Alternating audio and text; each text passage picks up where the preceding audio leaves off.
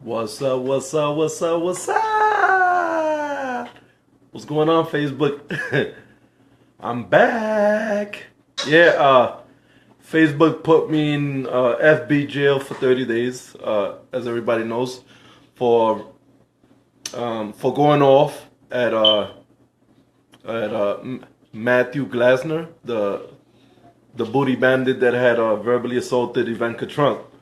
So so because I basically contacted Matthew Glasner and according to them threatened him, I had gotten blocked from FB for 30 days. And and I was given a warning, of course, don't do it again, blah blah blah. And I ended up doing it again on my other page, but I did it. Then the problem with this is, the more they moderate us, the more we feel that we need to express ourselves. So it's like moderation is not a solution for a difference of opinion and a difference of idea. And that's just a very that should be a common sense idea that by moderating others, you only encourage others to speak out even further against the moderation of even those that we're in opposition of. Presently, as everybody knows, these damn protesters are still out there hashtagging Trump's not my president, getting body tattoos that say Trump is not my president, getting body tattoos that say F Trump. But ultimately, let's look at the logic behind this. Then the majority of people that are actually hashtagging this are misinformed or low information, liberal, below average intelligence Democrats that are susceptible to things that really hold no merit, really hold no logic. Let's just think about it for a minute. It doesn't matter whether you did or did not vote for Donald Trump. Donald Trump is your president. And I'm going to break it down to why it's an indisputable fact. Because of the simple reason that the presidency is the highest seat in office. And under the presidency lies the three branches of government, which is executive, legislative, and judicial.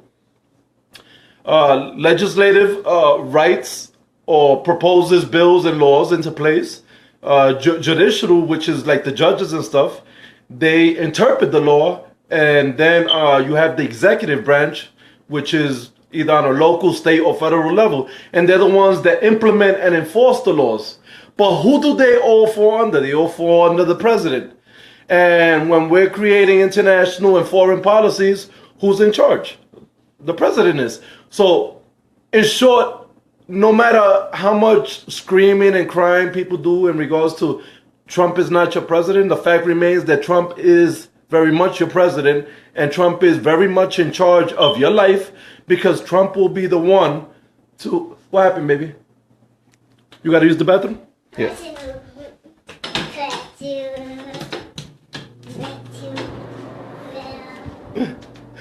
My baby had to use the potty.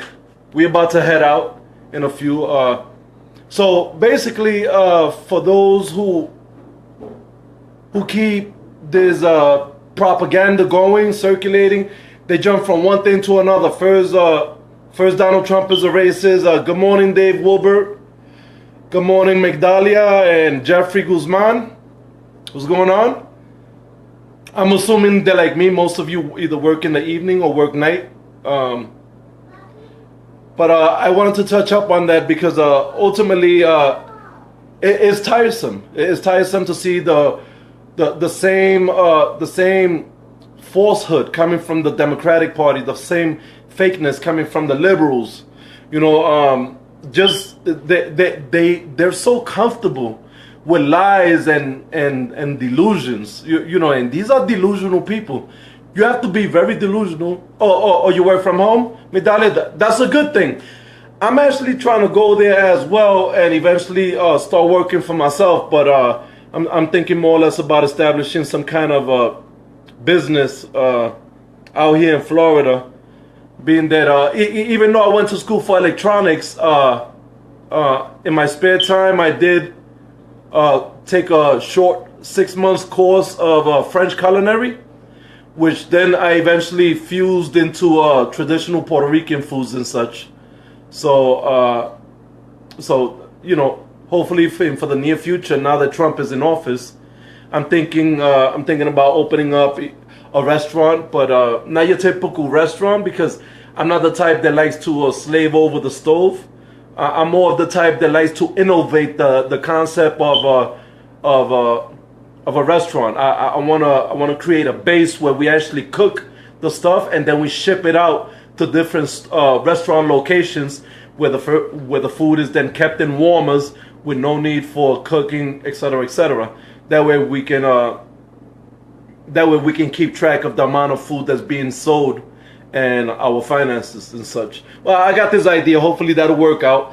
If there's any investors out there that want to invest, I'm thinking about branching out, maybe starting off with one restaurant here in Florida and maybe another one in Colorado, being that I'm a snow person. I love snow, so I'm just looking for a reason to go to a state that has snow. So back to the topic at hand. Trump is your president. Trump is the highest seat in office. Trump is in charge of foreign and domestic policies, and Trump has the power to to exercise executive orders.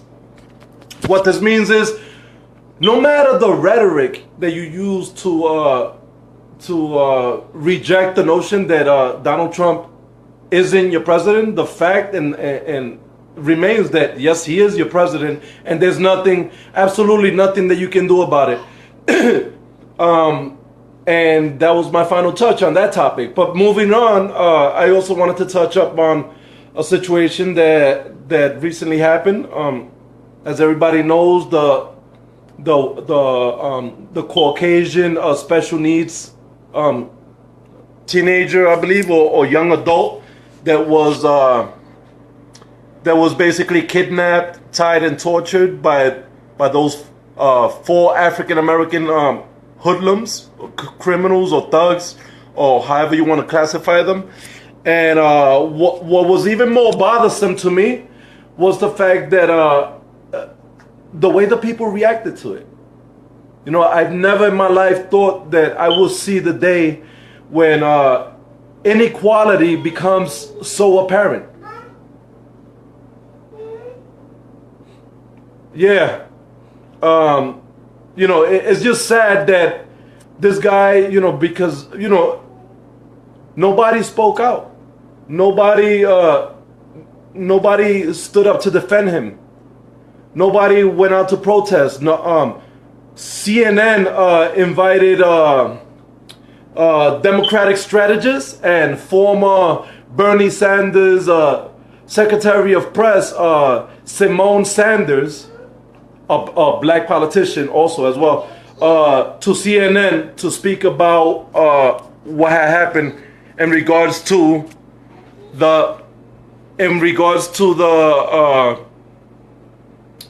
the situation, and it's just incredible how she took everything and she just distorted it, and she actually tried to propagate that it was all Donald Trump's fault. And to me, like, the way that I seen it is that the bail was only $1,500. Wow.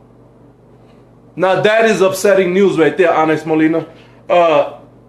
It's just despicable. It's despicable. It's incredible how this same woman, Simone Sanders, say that we can't go off of what happened because we don't have enough proof.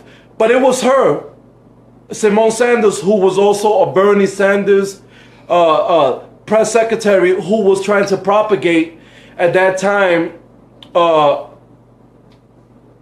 the idea of white privilege. If you guys remember, during Bernie Sanders' campaign, one of the major factors of his campaign was the fact that he was utilizing racism and racial polarization to attain and retain the black vote by implying that that the laws are somehow structurally racist against blacks, and that the white man doesn't know what poverty is. Now, I had done a video on this because I wanted to know if it was true. I wanted to know if it's true that the white man doesn't know what poverty is. And let me tell you, the numbers that came up were actually surprising. Now, I'm going to explain something that the mainstream media and the liberal politicians and the Democrats tend to do when they want to distort information or restructure it. What they do is that instead of dealing with real-time numbers, what they do is that they take these statistics and they use percentage instead of using actual numbers. But if you think about the amount of European Americans, white Americans, here in America who are actually living under the poverty line, there are millions more white Americans living under the poverty line than there actually are African Americans. But the thing is that since African Americans are a smaller group by number, when more of them are getting locked up or more of them are living in poverty because of a couple of determining factors. Early black teenage pregnancy is one of them. Last year alone, more than 1 million African American women under the age of 18 had an abortion. Millions of African American males under the age of 24 getting incarcerated. So, and millions more dropping out of school. So there's nothing structurally racist about it. These are the determining factors to why the African American community, as well as a lot of Hispanic Americans, are in poverty because of these decisions. Because of the decision to procreate early, you actually start creating an environment of poverty at a premature stage in your life. Because what happens is that if you start accumulating bills before you even have a stable career, then you're contributing to your own poverty. There's nothing structurally racist about it. So going back to Ramon Sanders, she ended up trying to propagate that somehow the act of these 4 hideous individuals who committed that gruesome act against that special needs young man was somehow Donald Trump's fault because his rhetoric agitated the situation. Now, wait a minute. His rhetoric agitated the situation. But what about the left? Oh, before I move on, Donald Trump has been asked by the left and by the Democrats to condemn any act of violence against the left, which he did already. But when was the last time that we heard Hillary Clinton, Barack Hussein Obama, Bernie Sanders, Ramon Sanders, or anybody in the far left condemning acts of violence against the right? And this is what I'm saying. It's a double standard. It's a double standard. And I don't, a lot of people come onto my page. Like recently, I just did a video recently on my Socio for America page on Representative Keith Ellison. And let me tell you, everybody appreciated the fact that I did my research. Everybody appreciated the fact that I was sharing actual factual truth that can be historically traced, Googled, or even in the books. You can find the facts that I'm looking. But yet, everybody they got on my page to call me all types of derogatory names because of my ethnicity, being that I'm Puerto Rican American, or as I like to say, American Puerto Rican, because I'm American first and I'm Puerto Rican second. They came to my page to basically just disrespect me, and 100% out of 100% were African Americans. And it's because of their intolerance. They don't tolerate truth when the truth is affecting them, and somehow shedding light on the parts of their propaganda, on the parts of their agenda that they don't want others to highlight. In the same way that police chief Eddie Johnson from Chicago, who also happens to be black, decided to, in front of the MSN, the mainstream news media, to say that they don't have enough evidence to imply that it was a hate crime. Let me scratch my head. So you're telling me that I can go out there, I can find a special needs person of any color, white or black or Hispanic, kidnap him, torture him for 48 hours, scalp him, use his wounds as an ashtray, record it live on Facebook for thousands of people to see, and somehow Police Chief Eddie Johnson thought that there wasn't enough evidence to imply a hate crime? Let's rewind time real quick. Let's rewind time. Wasn't it a black extremist liberal who had painted a swastika on one of the Republican offices that ended up being burnt down because of it, because they thought that it was correlated with the right? And immediately they called it a hate crime? You know, it's just so ridiculous. You know, I don't get it anymore. I don't get how so many people can be so ignorant and so gullible and so susceptible to lies. And to tell you the truth, I'm no longer believing that people are susceptible to lies. Because and what we have to utilize now is we have to utilize sequential reasoning. And what that means is that we have to use our reasoning skills to find a pattern of behavior in the far left. And let me tell you what I see. I see the ever-growing popularity of extreme racist black politicians that have been infiltrating our government. And let me tell you, by me saying black politician is not me saying that all black people are racist.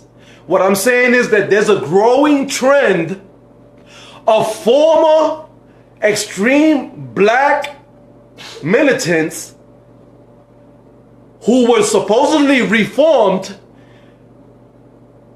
started educating themselves on politics, infiltrated our structure, and are now working towards the same pro-black, anti-white racist agendas that they were working towards before they converted into liberal or democratic politicians. I'll give you a clear example. Who's running for chairman of the DNC right now? Representative Keith Ellison. And if anybody knows anything about Keith Ellison, he's an outspoken anti-Israel, anti-white Muslim, black Muslim, who has defended domestic terrorists such as Assad Shakur, who's a known cop killer, who fled to Cuba. He's defended Farrakhan when Farrakhan was making anti-Semitic remarks. And even though he did it over and over, he's still a politician. He was even elected into Congress as the first Muslim in 2006. So, and this is what I'm saying. There are absolutely no laws in place to protect America from being infiltrated not only by foreign terrorists who are educated in America and then infiltrate our political structures, but also domestic terrorists. Because let me tell you, ultimately, this is the conclusion that I've drawn, that ultimately it will be the extreme black, anti-white, racist black politicians who will lead the way for ISIS and other terrorist groups to come into America and destroy us. You know why? Because they hold so much resent towards white people. They hold so much hate towards white people that they'll talk to a person like me of Hispanic origin and call me a traitor and tell me that I should be embarrassed, that I'm an embarrassment to my heritage and my people because I don't feel the same amount of hate for European Americans as they do.